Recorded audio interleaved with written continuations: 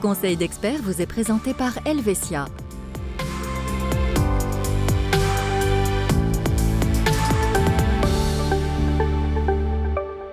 Bonsoir à tous, ravi de vous retrouver pour ce nouveau numéro de Conseil d'experts. C'est une question presque philosophique qu'on va se poser ce soir. Comment affronter les risques de la vie sans devenir déraisonnable, mais sans pour autant passer à côté des opportunités?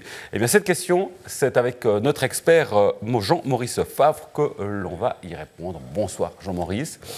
Alors, en tant qu'agent général, donc chef d'une compagnie d'assurance, c'est une question un peu personnelle que je vais vous poser pour commencer. Comment vous, personnellement, vous gérez les risques? Mais d'après l'enquête de l'Association suisse d'assurance, d'une manière très semblable à l'ensemble de la population suisse. Lorsqu'il s'agit de questions de santé, de prévoyance et d'assurance, j'ai plutôt tendance à ne pas prendre de risques. Et surtout, je ne suis pas prêt à prendre des risques qui, dans le pire des cas, pourraient impacter de manière importante ma famille. La prudence est de mise. La prudence est de mise, oui. Mais comme tout bon assureur, d'ailleurs. Évidemment. Mais du coup, justement, comme assureur, cette fois-ci, donc comme entreprise, comment vous évaluez les risques vis-à-vis des clients? En fait, je vous rassure, donc, les assureurs ne mettent jamais dans la balance les opportunités et les risques, mais recherchent toujours avec chaque client la meilleure façon de gérer leurs propres risques.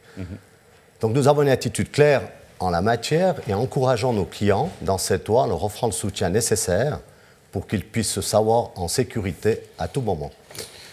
Et quel type de risque, Jean-Maurice, est-ce qu'on doit exclure d'office ou dans quelle mesure est-ce que vous pensez que certains risques sont payants?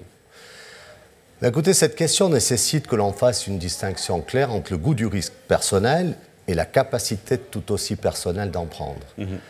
Au risque de me répéter, il y a lieu, comme assureur, d'évaluer les risques pour chaque client. Il est évident que la règle d'or doit être de se prémunir efficacement contre les risques susceptibles d'avoir des conséquences dramatiques pour soi-même et ses proches et de s'assurer en fonction. C'est là qu'interviennent nos conseillers qui sont tous vraiment capables de peser le pour et le contre et de trouver les solutions optimales avec leurs clients en adaptant toujours les besoins d'assurance aux besoins de chacun.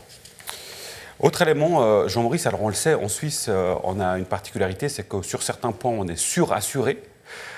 Et puis sur d'autres, par contre, on n'est peut-être pas assez assuré. Je pense à des événements dramatiques qui ont eu lieu l'été dernier avec les intempéries en Suisse. Là, clairement, on a pu voir qu'il y avait dans ce cas-là potentiellement un manque d'assurance. Mais en particulier dans les régions où rien ne s'est produit depuis des lustres, beaucoup d'entre nous ne s'attendent pas à ce qu'une tempête puisse causer d'énormes dégâts. Et vous avez raison, il faut se rappeler ce qu'on a vécu en Suisse ce dernier été. C'était vraiment des événements qui étaient catastrophiques, qui ont mis des familles dans des situations vraiment précaires. Et puis, les tremblements de terre, par exemple, qui sont un risque important, à titre indicatif, nous avons entre 500 et 800 secousses sismiques par année en Suisse. C'est assez impressionnant, vous en conviendrez. Absolument. Et puis en Valais, il faut savoir que le Valais, c'est une zone sismique importante et un événement de ce type en Valais pourrait causer des dégâts importants et énormes. Dès lors, je ne saurais trop recommander à toutes les Valaisannes et les Valaisans de s'approcher de leur assureur et d'examiner l'opportunité de conclure avec ce dernier une assurance pour se prémunir contre ce type d'événement. Si elles font aujourd'hui partie de notre réalité, les cyberattaques représentent un risque qui a été longtemps sous-estimé et on enregistre en effet une hausse d'attaques par des logiciels malveillants sur des systèmes informatiques de collectivités publiques et des entreprises à des fins de chantage. Effectivement, on a vu beaucoup de cas ces dernières semaines et je crois que le risque est évidemment bien connu aujourd'hui sur ces éléments-là. Là, on comprend que c'est des éléments qui sont en fait liés à la sous-assurance. On est sous couvert sur ces points que vous évoquez. Autre élément, peut-être aussi par rapport aux aspects naturels, comment est-ce qu'on peut réduire les risques et en même temps assurer une prévention et davantage de durabilité?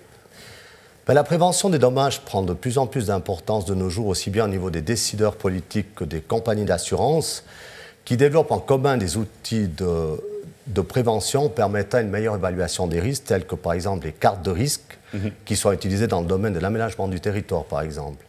Chez Helvetia, nous nous engageons depuis de nombreuses années dans la prévention avec le projet reboisement des forêts, et nous le faisons en Suisse et en Europe. Pour la région du Valais, nous avons mené ce type d'action dans la région du Haut-Valais, plus précisément à Viège. Nous l'avons fait dans la région du Valais central sur les hauts de Evolène, d'Hérémence et de Vézone. Et durant cet automne, nous allons mener aussi cette action dans la région du Bas-Valais. Et très rapidement, Jean-Maurice, un mot sur les jeunes, parce que quand on dit risque, on se dit les jeunes ont forcément une appétence au risque plus importante. Un conseil à leur sujet? Écoutez, l'une des plus grandes préoccupations de la population suisse actuellement, c'est la prestation vieillesse. Donc, mieux vaut ne prendre aucun risque en la matière, et la prévoyance doit faire partie de la planification de la vie dès le plus jeune âge, et toute lacune de prévoyance doit être comblée au plus vite. Je n'ai donc que ce conseil à donner: couvrez les risques liés à votre situation personnelle, et en même temps, faites toujours preuve de courage. Et je profite de souhaiter à toutes les téléspectatrices et téléspectateurs de Canal 9 une belle année 2022. Voilà, la conclusion est faite par Jean-Maurice. Je n'ai plus rien à dire d'autre. Merci beaucoup. Bonne suite de programme. À très vite sur Canal 9. Ciao.